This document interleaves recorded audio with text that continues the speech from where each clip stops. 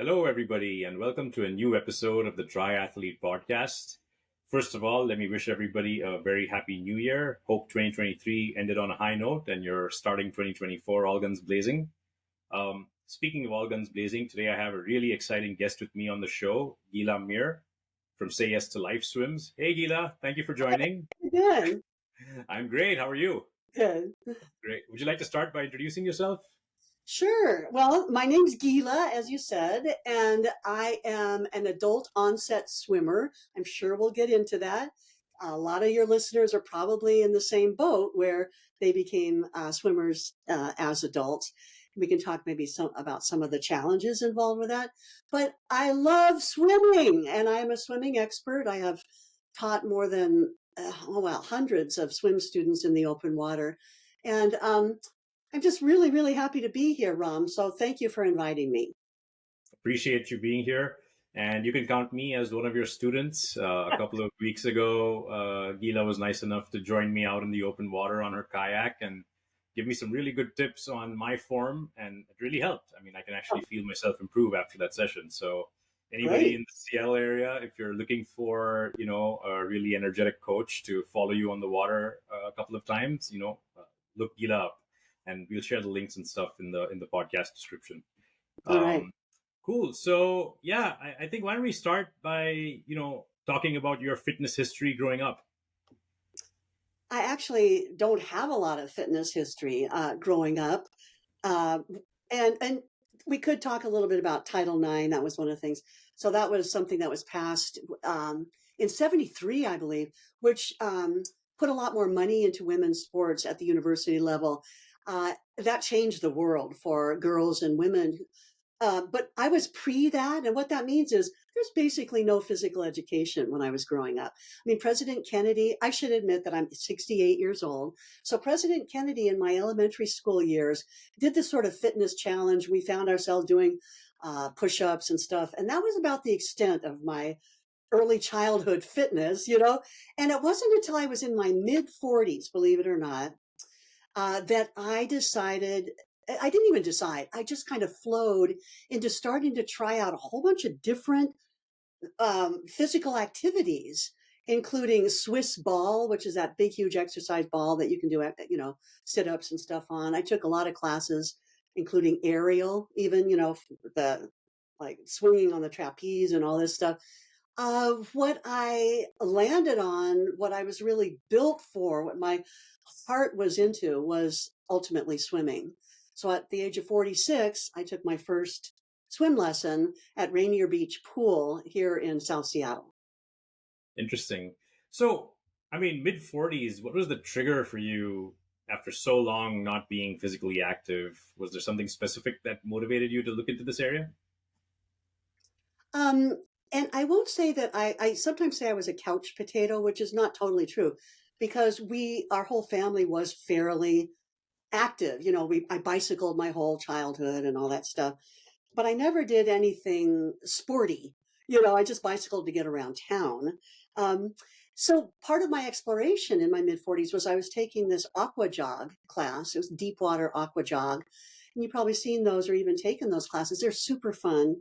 But I looked over to the other lane, the lane right next to the area that we were using, and there were these swimmers floating by, seemingly effortlessly, just so graceful. Oh, I just suddenly, aha, the light went on. I want to be one of them. So it was that moment that I kind of did a deep dive, so to speak. I went and got my first lesson a few weeks after that. Um, yeah, Interesting. so that's what spurred me. Yeah. Well, congratulations. You are one of them now. So you've made it. um, Interesting. So, fast forward to today, what role does fitness play in your life today now? It plays a pretty big one. It's kind of really integrated into my life now. I started Say Yes to Life Swims, which was the only and still remains the only swim excursion company, open water swim excursion company in the Northwest in 2011, sort of based on a swim trek. Some of your listeners may be familiar with these international swim vacations that you can take.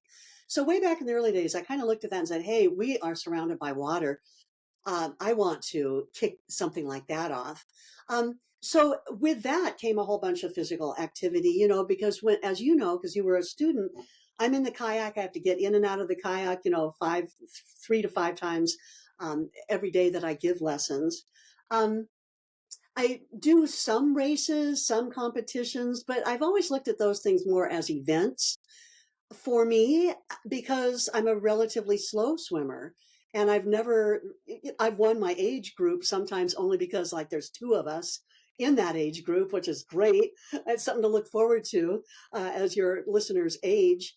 Um, but you know, we have rescue dogs. In other words, my partner and I we adopted some dogs. They keep us super active. I really believe, and I started researching quite a lot about functional exercise. You know, not just going. I've never enjoyed gyms. I hate the way they feel and look and the vibe there. But functional exercises like things, movements that you would do in your real life, pick up heavy things, bend over, squat, do all the things, you know, that are really good for you. So we actually, both my partner and I do a lot of that stuff just because it's part of life. Interesting. Got it. So, Say Yes to Life Swims is a business you've started, but what's your normal career or the other? What's your actual other career? Oh, thank you for asking. Yeah. A lot of people think this is quote all that I do, and it does take up a lot of time because its season is April 15th through November 15th, Mm-hmm. and that's a hugely long swim season. You know, way outside the normal parameters for open water swimming. But I am a trainer and consultant in, I won't say real life, but preceding when I kicked this business off. In 1994, I started my own business, Guila Muir and Associates, and I train people to teach adults. I love adult education. My master's is in adult education, and I've actually been training people since the mid '80s, which really ages me. I started training trainers in a Thai refugee camp in the early '80s, and that experience really gave me a lot of direction in terms of what I wanted to do with my life, which was teach adults. So I built my own business starting in '94, and I've worked with all the big names, local names, Starbucks, Amazon, you name it. I have consulted with them, teaching people how to be better presenters and trainers and facilitators. And believe it or not, that made it through COVID. I had to kind of put it all online. Now I'm taking it offline. And the business, I would not say is still going strong, but it's still there and it will remain there, you know, as long as I want it to, probably. But I'm really thankful to those who continue hiring me as a trainer and consultant. That's really wonderful and inspiring. In fact, one of the somebody I was talking to recently, who's also a triathlete, was telling me that, when he asked around to people who were really into fitness and activities, they usually lead double lives where they have a normal life, which is their career and everything. And then they have a whole second life, which is where they do all their fitness activities. And, there's basically the amount of dedication is almost as much as their normal career, right? And I can Yeah, see that in you. I mean, you're basically running, a business, two businesses at this point in time. And so that's your double life right there. it So, really is. And yeah. sometimes when I have to do two things in the same day, that is like do some online consulting and then switch over to, hey, strip off these clothes, put on some other clothes and climb in that kayak and tune into my swim brain. It is kind of an Hmm. interesting switch. Interesting, interesting. But let me just say, So, the yeah. underlying commonality is always how much I get out of working with adults in an Hmm. education context. I just love it. Interesting. So, Yeah. yeah, adult education. I mean, I have my own experience with that. I used to run a business, an ESL business, English as a second language business in India, to teach young adults spoken English. So that's been an area that I'm pretty passionate about as well. What what gives you a kick about that space? I think that when adults put themselves into a vulnerable position of wanting to learn, that Hmm. automatically puts them into a, well, you know, I've been in that position. I felt so humiliated trying to learn how to swim at the age of 46. I was very bad. I didn't know what I was doing. I was uncoordinated. And that can be those feelings. A lot of people have those even in the corporate training room when I'm talking to them about, hey, stand tall, enjoy what you're doing in terms of presenting. Here are some tips and techniques. I know what's going through their minds and bodies is, I'm horrible at this. I can't do this. This is not me. And many of my swim students say that they come to me with that same feeling of, I can't do this, but they took that leap and said, I want to give it a try. And that's what I just appreciate and love that in adult students. I honor that in adult students. Yeah, that's a very interesting point because very few people actually speak about the psychological journey of learning a new skill as an adult. I mean, I've spoken to a couple of parents who've learned swimming later in their years, and when you excuse me, sorry, when you have kids and your kids see you fumbling at a new skill, it's almost weird because it's a reversal of roles in some sense, because you're the parent, you're supposed to know everything in the world, but here you are, having a coach yell at you, and you're putting yourself in that position with children is not easy. So do you see Yeah. any of those flavors in your interactions? Well, thank God I don't believe in yelling Okay. at people, but I can definitely see how humbling it would be to be an adult with children Yeah. trying to learn a new skill. I mean, wow. Yeah. Yeah. And I know that many folks, I think the CDC says that about 40% of all adults in the United States do not know how to swim. So it's a Wow. huge, and if the parent doesn't know how to swim, the child is very apt to have issues about not Yeah. being able to swim as well. Yep. Interesting. Yeah. Cool. So coming to the selection of a coach at the age of, I mean, at 47, when you started learning how to swim, how did you go about picking your coach, and what was that experience like? Oh, that is such an interesting question because, as you might guess, I'm super picky and judgmental about who teaches me. Anyone who has experience with adult education has preferences. And I didn't know what to look for. So the first person, I mean, basically, I had 4, 5, 16-year-old lifeguards in the public pool who could not understand any difficulties with swimming since they had been in the pool since 4 or 5 years old. And I remember some of them saying to me, well, just do it. Here's what it looks like. You show it. Just do it. No, that's not right. Just do it. It's like, what? Well, give me the steps. Tell me exactly what I'm doing wrong or right with my hand. What with my body? Tell me what you see. Um, Now I realize it would have just been really helpful to have somebody come out and video me, but then I wouldn't have known really what I should have been doing anyway. So you need a really knowledgeable person. And I actually found one specific guru organization, and that's Swim Smooth in Australia. Found a way back, man, 2009, maybe 2010. And they gave me what I needed. They focus on open water freestyle, not only on triathlons, but anyone who wants to swim in the open water. And it was really only one guy. I say they, but it was him. I followed him and I finally found a person who spoke to me, who understood kind of what I was going through. And it was extremely helpful. I'm still in contact with that organization. They put out videos once in a while, but everyone's putting out videos. So I would say to your listeners, videos are not necessarily just if you go on YouTube and start looking at videos, not necessarily the best way to go about things. You need someone to give you feedback. Was that helpful to you, Ron, when I worked with you when Oh we yeah. worked together? Yeah, Yeah. absolutely. I think there were two things that really stood out that I could immediately include in my routine. So one was the bilateral breathing. I had no idea that breathing only on one side makes you swim, often results in swimming in a diagonal line, not in a straight line, but at an Yeah. angle. And in open water swim, that basically adds mileage to your distance for no reason. And that's just direct exertion and time that you're adding to your overall swimming leg, right? So that's terrible. So yeah, trying to practice bilateral breathing was hugely helpful for me. And the other thing was, I mean, just to improve my breathing rhythm, I think you gave me the mnemonic, or the thing, which was like bubble bubble blow, bubble bubble blow. And just having a physical rhythm to chant, again, gets the body and mind into a groove that there is a certain cadence at which you're operating, and you can hold yourself true to that, and that just helps, again, things fall into place.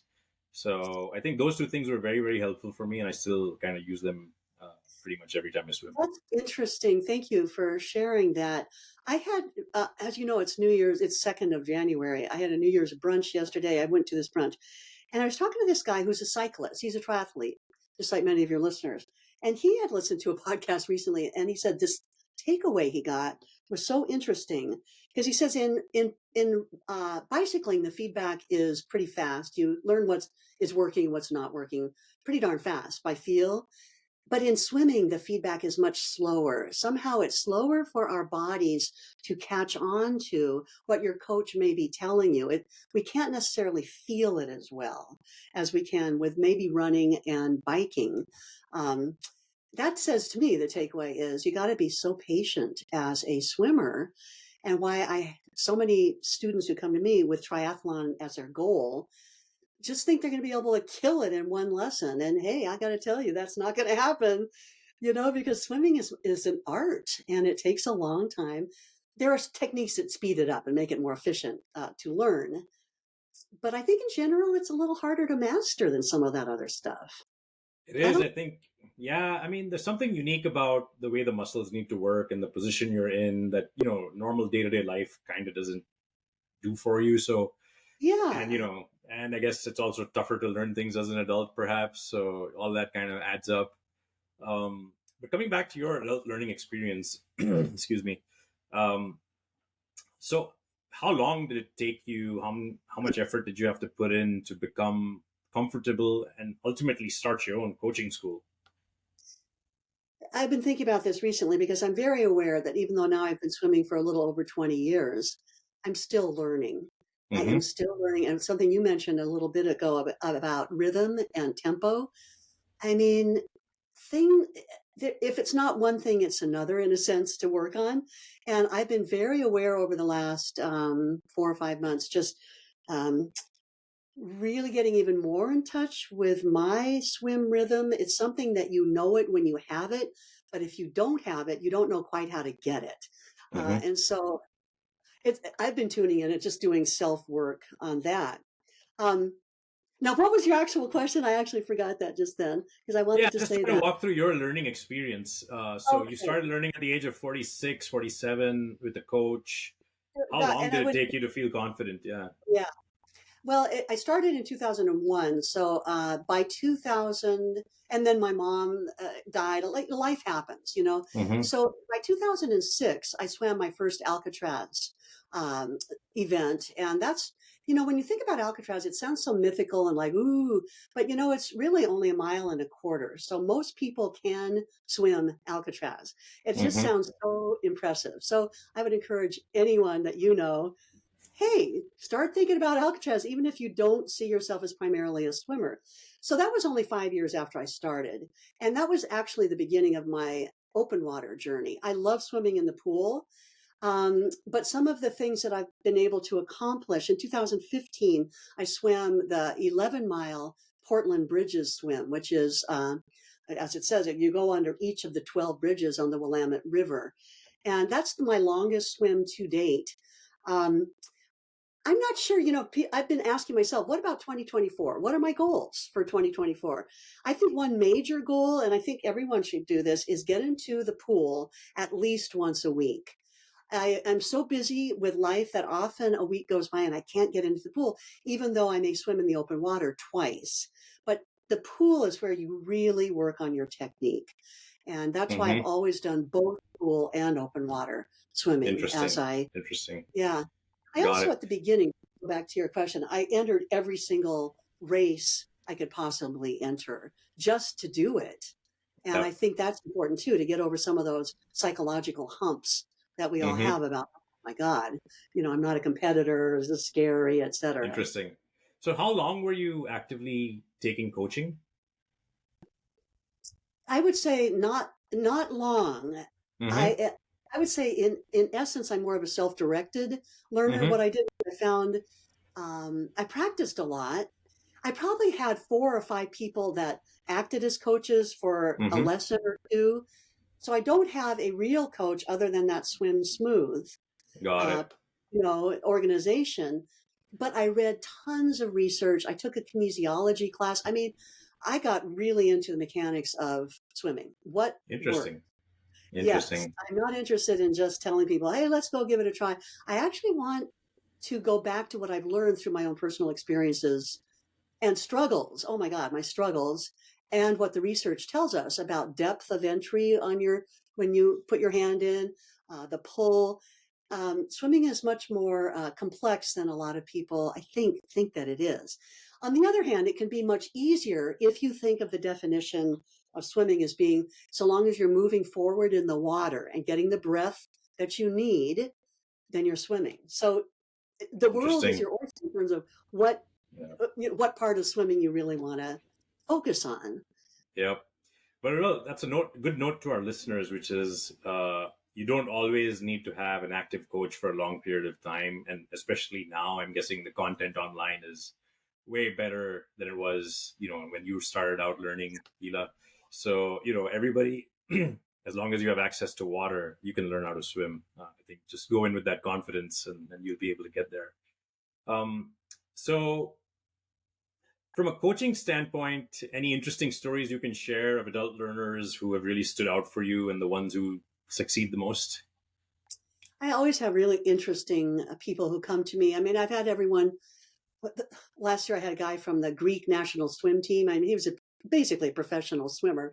He came because he was unfamiliar with the open water. He was kind of freaked out by the open water. But my God, looking at his stroke, I was so envious from the kayak. It's like, oh, baby, I wish I could swim like that.